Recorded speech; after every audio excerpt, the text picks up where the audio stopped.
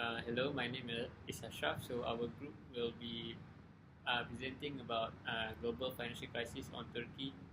So on the year of 2008 till 2007 till 2008, Turkey has known as one of the country that has been stricken by global financial crisis, and it's considered by the economists as the worst financial crisis happened since the Great Depression in 1930. So the global economic crisis began had a major negative effects that economies of all countries around the world. So Turkey is also known as one of the very seriously affected countries by the crisis. Between the year 2003 and 2007, Turkey's economy grew, but it did not create a sufficient employment condition. On the year 2007, Turkey's unemployment rate in the year was 9%, which is not reflecting the economic growth, and still Turkey's unemployment rate is one of the highest one among the OECD Economic Cooperation and Development countries. By the mid 2007, problems of the United States residential units market have been expanded and gained a global importance. Many reasons were added to this problem, like careless credit outflow because there was a surplus of liquidity. In addition, renting companies were not active as they supposed to be when banks were answering the excessive credit demands. Lack of transparency and lack of auditing discipline led to global financial crisis of 2008, which has created a chain effect in other big economies. Besides that, contraction of the exports led to rising unemployment, and because of it, foreign direct investment will decrease. These three elements are the main categories of the global financial crisis effect over Turkey.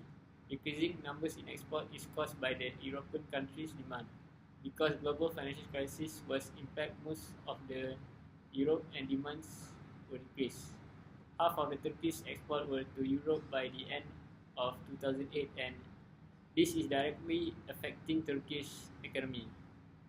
So next I will pass to the next presenter. Hello, my name is Ahmad Burhan. I'm going to be presenting about the readiness of a developing country to handle the next financial crisis. In this section, we are going to examine what are the steps that are taken by the two developing countries to prepare themselves.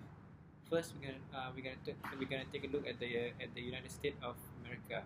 In September 2011, they had taken the initiative to relieve them from the financial crisis by purchasing troubled assets from the bank. This will help to reduce uncertainty in the market. They had come up with this plan to stabilize the financial market and save the other banks from collapse. This program is called the Troubled Asset Relief Program, or mostly known as TARP. The Congress of the United States had allowed $700 billion for budget to the program. Most of the firms that received funds from TARP had paid it back, and until summer 2011, the financial market had stabilized and continued to grow steadily. Next, we're going to look at Australia. The country of Australia had responded by producing the first stimulus package. The Prime Minister of Australia, Kevin Rudd, and the Treasurer, Wayne Swan, had collaborated together to respond to the global crisis and to fight inflation. In October 2008, the Rudd government had announced that they will guarantee bank deposit. With the economy facing a recession, an economic stimulus package worth of $10.4 billion was announced. This includes payment to seniors, carers, families, and also children. The payment were made in December 2008, just in time for Christmas spending. Some of the packages they have provided 14.7 billion for schools, 6.6 billion for 20,000 new homes, 3.9 billion to insulate 2.7 million homes, and they also provide 2.7 billion in small business tax breaks and 12.7 billion for cash bonuses. The Australian taxpayers who have earned less than 80,000 will be paid until March and April 2009. These are some of the major steps that are taken by the two developing countries to help them to prepare for the next financial crisis. Thank you very much. I will pass it to the next presenter. Next is I'm going to talk about how the crisis started affecting the country. So based on the economic data that I've studied, that is the country export volume. So from the study that I have concluded as diminishing trade deficit because the decreases in imports were more than decrease in exports. So therefore, it seems like trade deficit had been decreased, which is a positive indicator of the economy. The thing that should be considered in this context is the contraction of demand. When aggregate demand was decreased, it will create a rising unemployment which will harm the overall economy. After crisis review in the market, consumers' expectation about the future became negative, so their buying decisions were postponed for significant items. Therefore, demand was contracted, and construction sector is the most affected sector from this point of view. Construction sector is really an interconnected sector with a many subsector. Therefore, there is a big demand decrease in the market. So this is one of the factors that affect the crisis on this country. Thank you. My name is Muhammad Hafiz. I will present on steps taken by the government and regulatory authorities to deal with the crisis. As we know, the 2008 financial crisis affected a lot of countries around the globe, especially on the world economy. Turkey is one of the countries that had been affected by the global financial crisis and is considered the worst financial crisis since the Great Depression 1930. Therefore, the government of Turkey and the regulatory body play their role to deal with the crisis in order to recover Turkey's economy from the global financial crisis 2007-2008.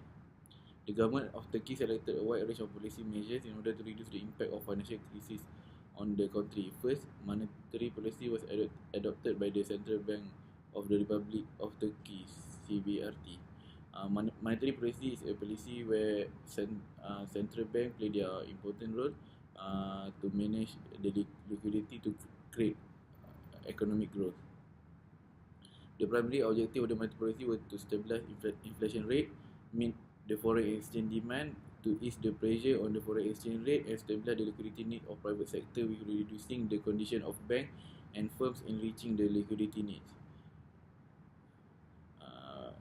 Next, the Central Bank of Turkey add a new instrument into their foreign exchange market. They stop the foreign exchange buying auction in order to extract its foreign exchange reserve by selling auction until the middle of 2009. Up to 15 million USD worth of reserve was sold in this period. Monetary authorities approved the several new foreign exchange policy instruments as to extend the maturity of foreign lending in order to reduce the foreign exchange illiquidity risk in the financial market. Therefore, can reduce the pressure on the foreign exchange rate. On the other hand, the government of Turkey introduced the new fiscal policies in the form of fiscal measures. Fiscal measures mainly targeted to retrieve macroeconomic fundamentals such as tax policies. The next type of fiscal policy that been introduced by the government were employment support by hiring almost 200,000 people as a temporary worker or interns in public sector to prevent against rising unemployment rates and social costs. Lastly, Banking and Regulation Supervision Agency (BRSA) reconstruct the measures to organize financial sector stability and form of bank balance sheet. Some of balance sheet adjustments were made as to enable banks to extend more credits and to reduce the impact of liquidity tightness in the global economy and Turkish banking sector. Additionally, profit distribution to shareholders were limited with decreasing in the risky asset amount and only allowed under banking regulation and supervision in order to strengthen the capital structure of banking sector in the country. Next, I will pass to another presenter. Next, I will talk about lesson learned from the 2007-2008 global financial crisis. There are several lessons that we have learned from the global financial crisis. Firstly, from the investor side, they should know their risk tolerance. Before financial crisis, many investors enjoy their trade with a high profitability of return and become more comfortable with the market risk. They did not consider that significant risk could slip elsewhere in the financial market. After the market began to slip, many investors got out of the market with a huge loss. Therefore, risk tolerance should be unique to each investor. They should manage their risk tolerance properly and be prepared for any consequences. Next, individual, businesses and government should establish a cash reserve. From the financial crisis, we have learned the need to balance both flexibility and discipline in responding to unexpected events such as the global financial crisis. Cash reserves are designed to provide immediate liquidity for a certain period to help reduce the need to sell less liquid assets as well as provide funds for unexpected expense. And Last, we as an individual should make a bigger picture on our spending plan and exercise a good financial habit to overcome those economic obstacles by using a well-crafted plan. For example, we set up a saving goal by cutting our expense budget. Like we should not spend more than 100 a week in order to top up our saving account, or we should spend more on our needs rather than wants to avoid misspend of our income. Therefore, when unexpected event like global financial crisis occur, we as an individual or household has our saving to bear our daily expense while waiting the economy to recover.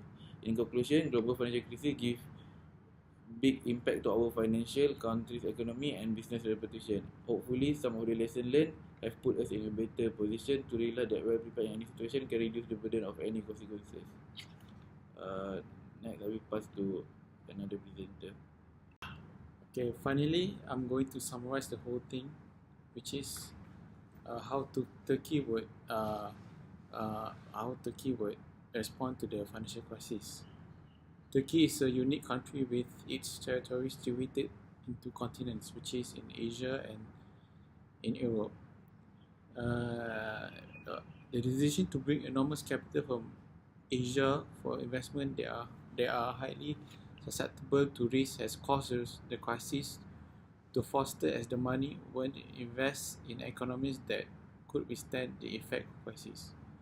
Had the capital been invested in the developing of the economies around the world, such as the building of new ports or the establishment of new entertainment centers, the effect will not be as significant as the financial crisis of 2008, because there will be jobs to cater to the continuing trades among countries that are inevitably intertwined to each other.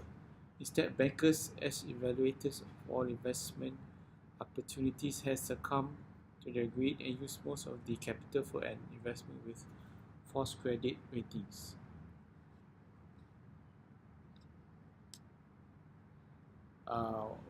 Turkey is unfortunately ranked 11 in the world in terms of the number of peering connections engaging in illegal file sharing of entertainment software programs on public peer-to-peer networks. Legislation to enhance copyright law has also made slow progress. Since 2012, the Turkish government has released no further draft of the law, frustrating attempts to update the copyright enforcement process in Turkey. If the Turkish government truly wishes to create an economic environment that supports and attracts innovative research and development and foreign direct investment, then it must address these types of market access and intellectual property issues. Turkey could withstand the financial crisis if they continue to allow foreign investment to flourish without interference. Thank you very much.